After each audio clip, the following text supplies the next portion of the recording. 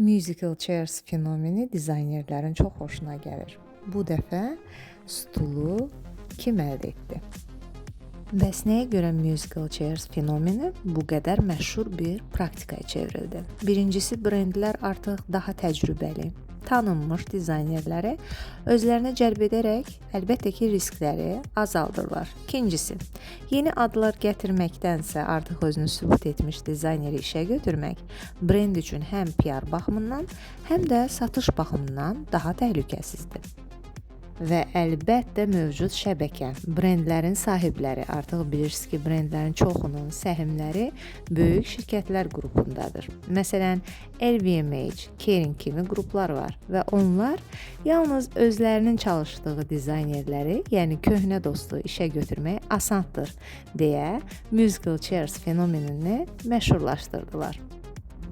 Stulun qaliblərinə baxaq. Jonathan Anderson Dior üçün qadın kişi və haute couture kolleksiyalarının yaradıcı direktoru təyin edildi. Eyni zamanda Anderson Loewe'dəki uğurlu fəaliyyəti və G.W. Anderson brendi ilə tanınır. Onun Dior'dakı ilk kolleksiyası 27 iyun 2025-ci ildə Parisdə təqdim olunacaq. Gözləyirik. Çoxlarının sevmədiyi, lakin stulun qaliblərindən biri olan Demna Gvasalia.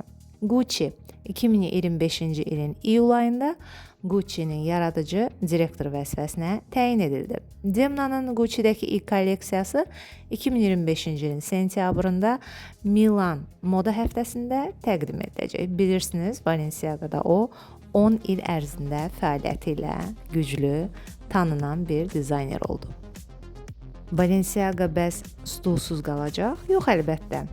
Pierpaolo Piccioli 2025-ci ilin may ayında Balenciaga'nın yaradıcı direktoru təyin edildi. O isə Valentino'da uzun müddət kreativ rəhbərlik edib. Və qeyd edim ki, Valentino'nun isə hal-hazırda kreativ direktoru bizim daha çox Gucci ilə tanıdığımız Alessandro Michele'dir. Və Maison Margiela. John Galliano'nun 10 illik fəaliyyətindən sonra bu vəzifəyə Glenn Martens gəldi. Bəs növbəti stul çevirməsində Chanel-də kim əyləşdi? Mathieu Blazy.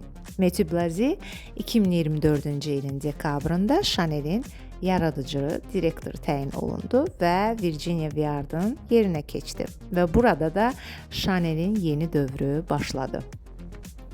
İndi baxın, Mathieu Blazy uzun müddət Bottega Veneta'nın yaradıcı direktoru olub. Bəs onun yerinə kim keçdi? 2025-ci ilin yanvarında Louis Trotter onun vəzifəsini ələ aldı. Trotter'in ilk kolleksiyası 2025-ci ilin oktyabrında Milan moda həftəsində təqdim ediləcək. Loewe brendini məşhurlaşdıran Jonathan Anderson artıq Dior'dadır. O zaman Loewe brendinin stulunda kim əyləşdi? Jack McCollum və Lazara Hernandez, hansı ki Proenza Schouler brendinin təsisçiləridir. İndi isə biz onları Loewe'nin yeni yaradıcı direktorları kimi kolleksiyalarını gözləyirik. Bu qədər. Ümid edirəm başınız hərlənmədi.